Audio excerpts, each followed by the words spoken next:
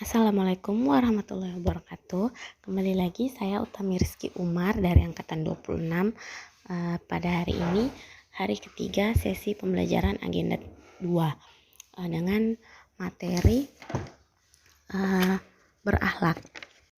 Seperti biasa, pembelajaran hari ini dilakukan dengan dua metode, yaitu sinkronus dan asinkronus. Untuk pembelajaran sinkronus sendiri, hari ini membahas mengenai pendalaman materi unsur-unsur nilai berakhlak.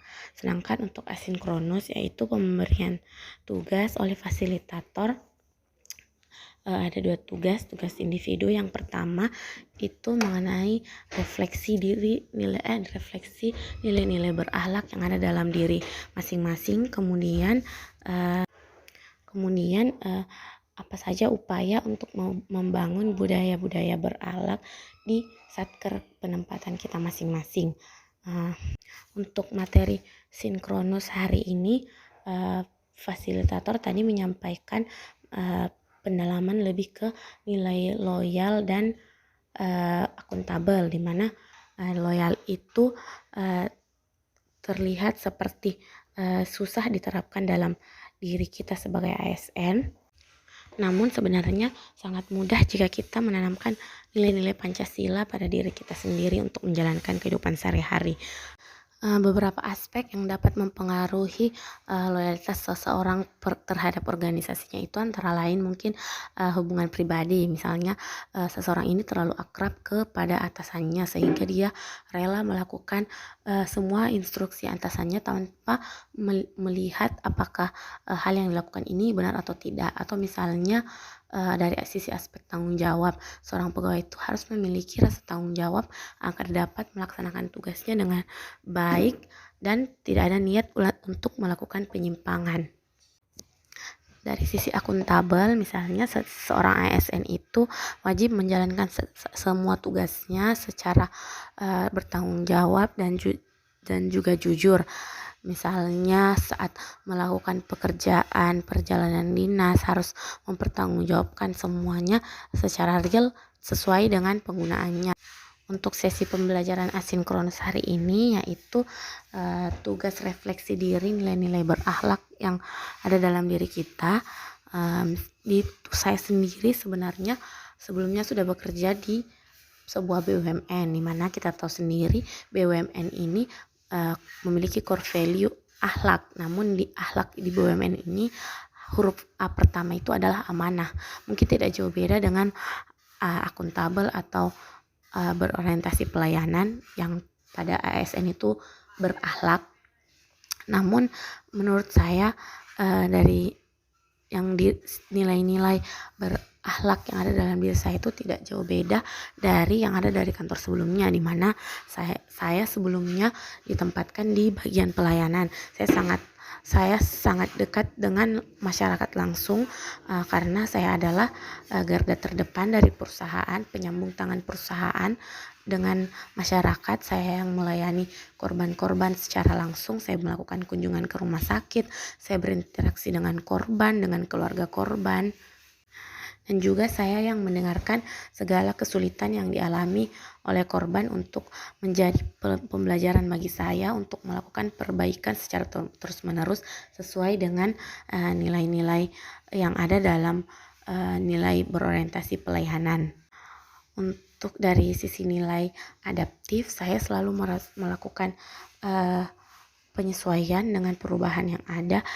Misalnya pada saat pandemi ada larangan dari kantor pusat untuk melakukan kunjungan ke rumah sakit, sehingga saya berinisiatif untuk membuat grup WA yang isinya itu orang-orang administrasi rumah sakit, sehingga memudahkan saya untuk memonitor pasien mana saja yang masih dirawat atau mungkin sudah meninggal dunia yang harus diberikan santunannya.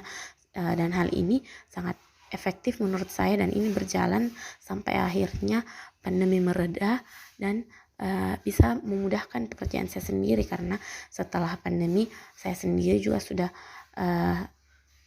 menikah dan punya anak.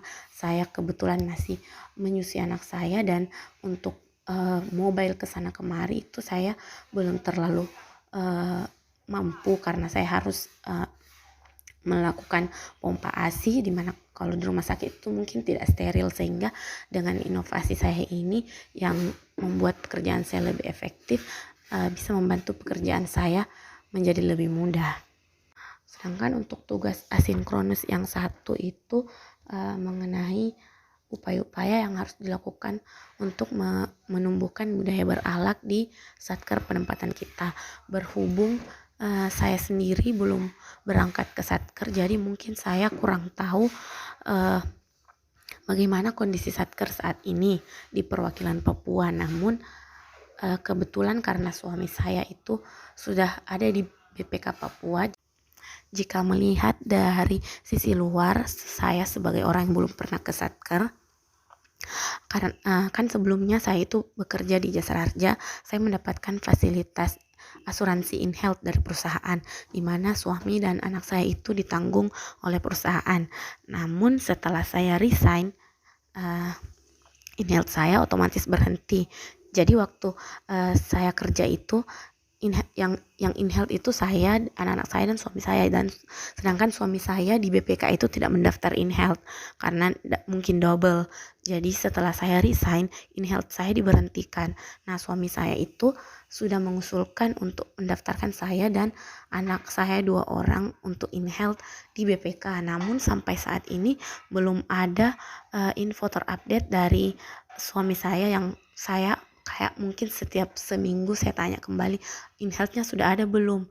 Tapi suami saya selalu bilang belum ada, orang SDM belum ada kabar lagi. Menurut saya orang-orang di SDM, entahkah karena orang-orang di SDM itu banyak kerjaan, atau mungkin orang di SDM yang kurang kompeten di bidangnya. Saya tidak menyalahkan, cuma hanya saja jika membandingkan dengan kantor saya sebelumnya, saya tuh setiap melahirkan, 1 minggu setelah melahirkan, kartu keluarga dan akte kelahiran anak saya itu sudah jadi, karena itu merupakan persyaratan buat in-health baru. Dan itu setelah 1 minggu, paling lama 2 minggu setelah anak saya lahir, itu sudah ada. Mau bulan berapapun mereka lahir, pasti terbit in-health-nya, tidak menunggu pergantian tahun atau apa. Tapi saya sendiri belum tahu bagaimana prosesnya di BPK. Tapi menurut saya, kalau misalnya sama-sama di in-health, kenapa di kantor saya bisa lebih cepat